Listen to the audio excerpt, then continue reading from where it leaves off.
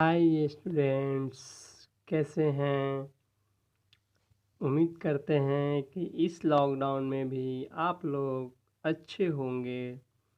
तो पिछला वीडियो में हम लोग देखे थे पार्ट 4 के माध्यम से, और बहुत जल्द ही पार्ट 5 यानी भाग 5 लेकर हम आप लोगों के लिए हाजिर हो गए हैं।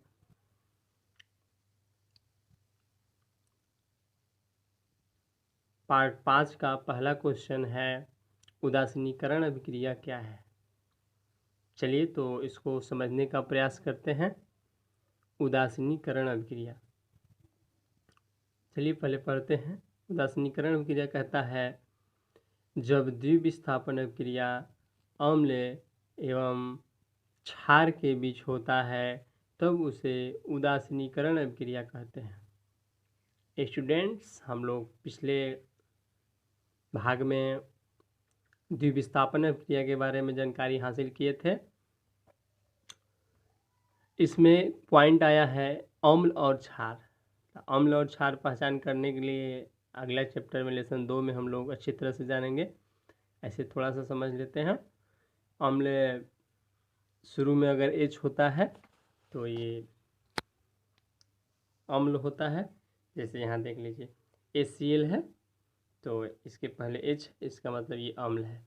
और ये परिभाषा में ये कह रहा है कि अम्ल और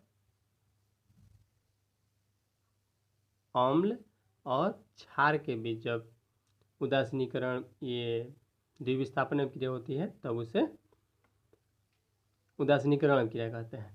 तो अम्ल का पहचान मुझे समझ में आ गया होगा। शुरू में H रहेगा तो अम्ल होगा, प्लस यहाँ पे क्या दिया हुआ है, क्षार दिया हुआ है। तो क्षार में मुख्य रूप से अंत में OH रहेगा या अंत में O केवल रहेगा, उस स्थिति में वो क्षार होगा। तो यहाँ देखिए याद रखिएगा OH अंत में O, तो HCl प्लस NaOH बराबर, ये जब अम्ल और क्षार, एक चीज़ और ध्यान रखिएगा, अम्ल और क्षार जब आपस में अभिक्रिया करते हैं तो हमेशा जल बाहर निकलता है और लवण का निर्माण करता है। कोई भी अम्ल और क्षार रहेगा तो दोनों जब आपस में अभिक्रिया करेगा तो किनारे जो है जल निकल जाएगा, यानी H2 हमेशा रहेगा और ये लवण बन जाएगा। लवण जिसमें H या OH नहीं हो या वो नहीं हो, यानी कि वो लवण के अंतर्गत आएगा। जैसे देखिए NaCl, इसमें ना H है ना OH है। तो उदासीनीकरण अभिक्रिया कहता है कि जब द्विविस्थापन अभिक्रिया अम्ल एवं क्षार के बीच होता है तब उसे उदासीनीकरण अभिक्रिया कहते हैं। तो यहाँ समझ में आ गया, अम्ल प्लस क्षार बराबर HCl प्लस NaOH बराबर NaCl प्लस H2O। यहाँ देखिए H2O है तो यहाँ से H और O, चूँकि H2O में जल का फार्मूला जो होता है H2O, उसमें O और H चाहिए, ये लेकर एक साथ अलग हो गया और इसमें Na बच गया, इसमें Cl बच गया। कभी भी धातु पहले होता है तब अधातु होता है। तो इस तरह से HCl प्लस NaOH बराबर NaCl प्लस H2O का निर्माण हुआ। तो ये हुआ उदासीनीकरण अभिक्रिया। तो अगले क्वेश्चन की तरफ बढ़ते हैं। तो उदासीनीकरण अभिक्रिया में मुख्य रूप से याद रखना है कि इसमें अम्ल और क्षार जब आपस में अभिक्रिया करते हैं और इसके फलस्वरूप द्विविस्थापन अभिक्रिया होती है तब उसे उदासीनीकरण अभिक्रिया कहते हैं। बहुत ही इम्पोर्टेंट क्वेश्चन है। अगला क्वेश्चन की तरफ देखते हैं। जब अम्ल और क्षार आपस में अभिक्रिया करते हैं तो क्या प्राप्त होता है। देखिए अभी तुरंत इसके पहले वाले क्वेश्चन के आंसर में जो है चर्चा किए कि अम्ल और क्षार जो है आपस में अभिक्रिया करते हैं तो लवण और जल बनता है। देखिए यहाँ पे अम्ल और क्षार यहाँ पे है, H2O जल बना है और ये लवण हो गया।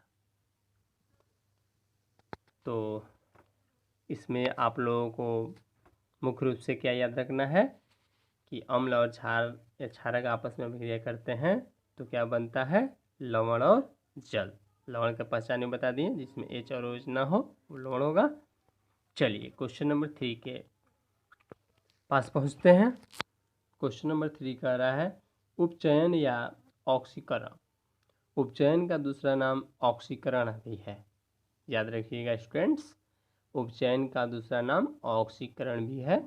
कभी कभी उपचयन न दे करके ऑक्सीकरण अभिक्रिया दे देता है, तो इससे घबराइएगा नहीं। चलिए तो जानते हैं उपचयन क्या कहता है। जब किसी पदार्थ में ऑक्सीजन की वृद्धि या हाइड्रोजन की कमी होती है तब उसे उपचयन कहते हैं। जब किसी पदार्थ में ऑक्सीजन की वृद्धि या हाइड्रोजन की कमी होती है तब उसे उपचयन कहते हैं। देखिए बहुत ही सिंपल परिभाषा है कि कोई भी अभिक्रिया होगा और उसमें ऑक्सीजन की वृद्धि होगी और या हाइड्रोजन की कमी होगी तब उसे क्या कहेंगे, उपचयन या ऑक्सीकरण कहेंगे। एक बार फिर से सुन लीजिए। जब किसी पदार्थ में ऑक्सीजन की वृद्धि या हाइड्रोजन की कमी होती है तब उसे उपचयन कहते हैं या ऑक्सीकरण कहते हैं। यहाँ से क्वेश्चन देता है कि किस अभिक्रिया में ऑक्सीजन की कमी होती है, हाइड्रोजन की कमी होती है, तो यहाँ से आंसर क्या हो जाएगा, उपचयन या ऑक्सीकरण। या फिर ऐसे क्वेश्चन दे देगा, पिछला बार ऐसा क्वेश्चन दिया था, किस अभिक्रिया में ऑक्सीजन की वृद्धि होती है, तो किसमें, ऑक्सीकरण या उपचयन। तो ऑक्सीकरण से याद रखिएगा ऑक्सीजन की वृद्धि, हाइड्रोजन की कमी। यहाँ जैसे में देखते हैं, जैसे में 2Mg + O2 कभी भी अभिक्रिया लिखते हैं तो संतुलित अभिक्रिया होनी चाहिए। 2Mg यहाँ पे संतुलित कर दिया गया, 2Mg + O2 = 2MgO। तो यहाँ पे हम लोग देख रहे हैं कैसे ऑक्सीजन की वृद्धि हो रहा है। तो Mg यहाँ देखिए अकेला है, इसके साथ O जुटा तो देखिए एक साथ हो गया। इसका मतलब पहले Mg के साथ यहाँ O नहीं था, यहाँ देखिए वृद्धि हो गया, बढ़ गया, आगे मिल गया, इसका मतलब ऑक्सीजन की वृद्धि हो रहा है। यहाँ समझने के लिए लिख दिए हैं, इस अभिक्रिया में Mg का उपचयन हो रहा है, Mg का उपचयन हो रहा है।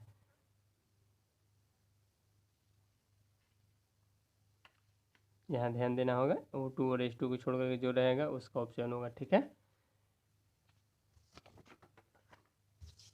अगले क्वेश्चन की तरफ बढ़ते हैं।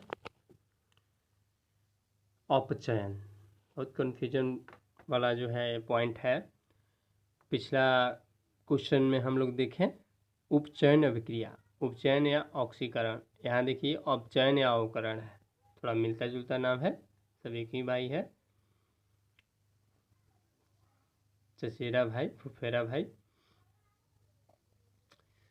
तो चलिए जानने का प्रयास करते हैं। देखिए अगर उपचयन याद हो गया है तो निश्चित है कि अपचयन भी याद हो जाएगा। वो कैसे, तो उपचयन अभिक्रिया में हम लोग पढ़े हैं कि जिस अभिक्रिया में ऑक्सीजन की वृद्धि और हाइड्रोजन की कमी होती है उसे क्या कहते हैं, उपचयन कहते हैं।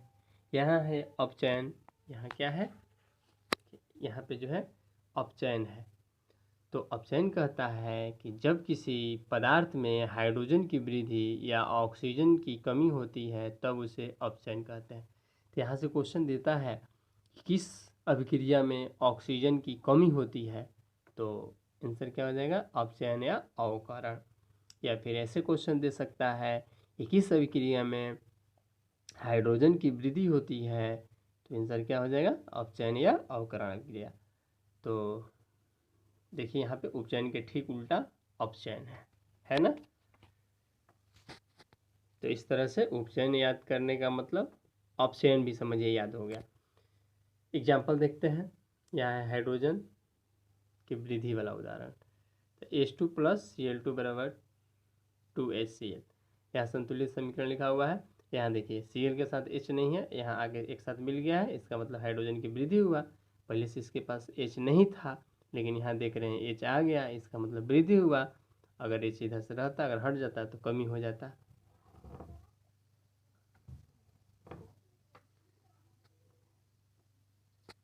तो इस अभिक्रिया में Cl2 का अपचयन हो रहा है ना।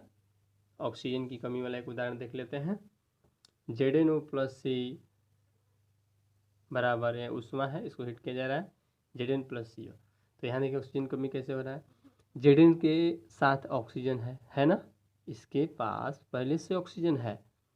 अब इधर देखिए कि ऑक्सीजन यहाँ से हट गया, इसका मतलब ये कमी हो गया।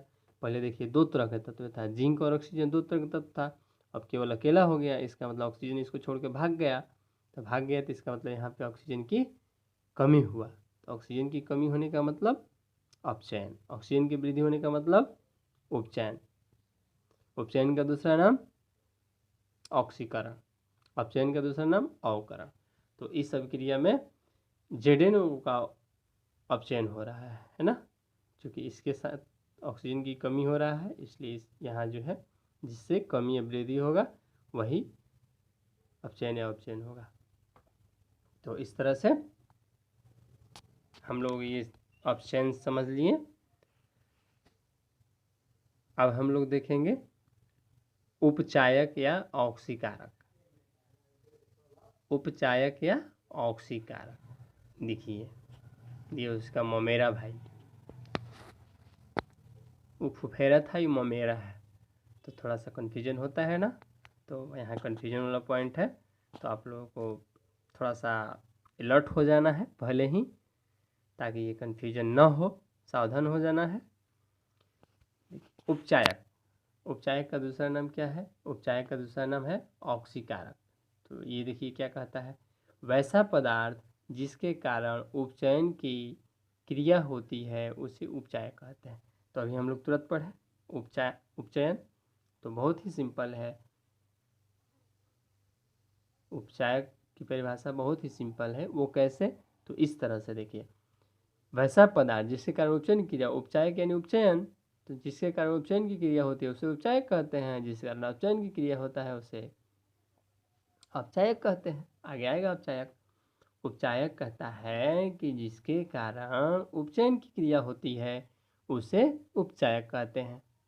क्लियर है ना, एक बार फिर से समझते हैं, वैसा पदार्थ जिसके कारण उपचयन की क्रिया होती है उसे उपचायक कहते हैं। आगे हम लोग तुरंत देखेंगे छठा क्वेश्चन में अपचायक, अपचायक क्या कहेगा कि जिसके कारण अपचयन की क्रिया होती है, बहुत ही सिंपल। चलिए तो एग्जाम्पल देंगे, 2Mg प्लस O2 बराबर 2MgO, यहाँ Mg का उपचयन हो रहा है, हाइड्रोजन ऑक्सीजन को छोड़ करके जो रहेगा वो उसका उपचयन होगा। Mg का उपचयन हो रहा है तो किसके कारण, O2 के कारण हो रहा है, Mg का उपचयन हो रहा है O2 के कारण, O2 यानी कि ऑक्सीजन के कारण, यहाँ O2 लिख सकते हैं ऑक्सीजन के कारण, इसलिए सब क्रिया में O2 उपचायक है। O2 क्या है, उपचायक है, चाहे H2 रहेगा चाहे O2 रहेगा वही उपचायक के रूप में या अपचायक के रूप में हो जाएगा। चलिए तो अगला क्वेश्चन देखते हैं, क्वेश्चन नंबर 6। देखिए अभी तुरंत इसके पहले वाले क्वेश्चन में चर्चा किए, अपचायक या अवकारक, अपचायक का दूसरा नाम अवकारक। तो अपचायक की परिभाषा, उपचायक अगर याद हो गया तो समझिए अपचायक के भी याद हो गया। अपचायक यानी अवकरण, वैसा पदार्थ जिसके कारण अपचयन की क्रिया होती है, अपचयन या अवकरण की क्रिया होती है उसे अपचायक कहते हैं। अपचायक में अपचयन, उपचायक में उपचयन। एक बार फिर से ध्यान से सुनिएगा, वैसा पदार्थ जिसके कारण अपचयन की क्रिया होती है उसे अपचायक कहते हैं। तो देखिए H2 या O2 जो भी रहेगा, तो यहाँ CuO का अपचयन H2 के कारण हो रहा है, इसलिए हाइड्रोजन अपचायक है, इसलिए हाइड्रोजन क्या है, अपचायक। उसमें O2 था, इसमें H2 हो गया है ना। चलिए क्वेश्चन नंबर 7 की तरफ बढ़ते हैं। अगला क्वेश्चन, कुछ ऐसे पदार्थों का उदाहरण बताइए जो उपचायक एवं अपचायक दोनों की तरह कार्य करता है, यानी दोनों का गुण इसमें पाया जाता है, SO2 H2O2 O3 HNO3। कभी कभी क्वेश्चन में देखने के लिए मिलता है ऑब्जेक्टिव में कि इनमें से कौन सा पदार्थ उपचायक और अपचायक दोनों है, तो इसमें से कोई एक ऑप्शन दे देगा और उसमें से आप लोगों को पहचान करना होगा। कुछ महत्वपूर्ण उपचायक का उदाहरण बताइए। उपचायक, तो ये सब उन पदार्थों का उदाहरण है, तत्वों का, जो कि हमेशा उपचायक के रूप में ही कार्य करते हैं। और ये देखिए कुछ महत्वपूर्ण औपचारिक उदाहरण बताइए। और ये देखिए ये सब जो जितने भी एग्जाम्पल दिखाई दे रहे हैं ये सब किस रूप में कार्य करते हैं, औपचारिक के रूप में कार्य करते हैं। तो चलिए अगला क्वेश्चन देखते हैं। क्वेश्चन नंबर 10, रेडॉक्स अभिक्रिया। रेडॉक्स अभिक्रिया का दूसरा नाम है अपौपचाय अभिक्रिया। रेडॉक्स अभिक्रिया का दूसरा नाम अपौपचाय अभिक्रिया। चलिए तो जानते हैं रेडॉक्स अभिक्रिया क्या कहता है। वैसी रासायनिक अभिक्रिया जिसमें उपचयन एवं अपचयन की क्रिया साथ साथ होती है। तो दोस्तों हम लोग अभी तुरंत पढ़ें उपचयन और अपचयन। उपचयन क्या होता है और अपचयन क्या होता है। तो जिसमें ऑक्सीजन की वृद्धि होती है वो उपचयन होता है, जिसमें हाइड्रोजन की वृद्धि होती है वो अपचयन होता है। और जब उपचयन और अपचयन की क्रिया साथ साथ होती है तब उसे रेडॉक्स अभिक्रिया कहते हैं। बहुत ही सिंपल। जी हाँ, एक बार फिर सुनने का प्रयास कीजिएगा। रेडॉक्स अभिक्रिया कहता है या अपौपचय अभिक्रिया कहता है कि जिस अभिक्रिया में उपचयन एवं अपचयन की क्रिया साथ साथ होती है उसे रेडॉक्स अभिक्रिया कहते हैं। एकदम इजी एग्जाम्पल के द्वारा समझते हैं। ये देखिए CuO + H2 बराबर Cu + H2O। तो यहाँ देखते हैं हम लोग CuO है, CuO यहाँ ऑक्सीजन है इसके साथ, यहाँ देखिए इसके साथ ऑक्सीजन हट गया। इसका मतलब पहले से कॉपर के साथ ऑक्सीजन था लेकिन अब जो है यहाँ देखिए नहीं है। इसका मतलब कमी हुआ, हाइड्रोजन ऑक्सीजन की कमी हुआ कि वृद्धि हुआ। इधर कमी हुआ तो कमी में अपचयन। अब यहाँ देखिए H2 के साथ ऑक्सीजन नहीं है, यहाँ देखिए जुड़ गया। इसका मतलब कि पहले से नहीं था अब यहाँ आ गया तो बढ़ गया ऑक्सीजन। तो ऑक्सीजन की जब वृद्धि होता है तो क्या होता है, उपचयन होता है। तो इस तरह से ये 1-2 नंबर में जरूर पूछता है। उपचयन अपचयन अति महत्वपूर्ण है। तो आप लोग इसको अच्छा से जो है समझ लीजिएगा। उम्मीद है कि एक बार से 2 बार वीडियो देखने की आवश्यकता नहीं पड़ेगी। हो सकता है लिखने के लिए जो है आगे पीछे करना पड़े। तो अगर वीडियो अच्छा लगे तो लाइक करें, सब्सक्राइब करें और अपने दोस्तों के साथ ज़रूर से ज़रूर शेयर करें ताकि आप लोगों के दोस्त भी इस पढ़ाई का लाभ उठा सके। धन्यवाद।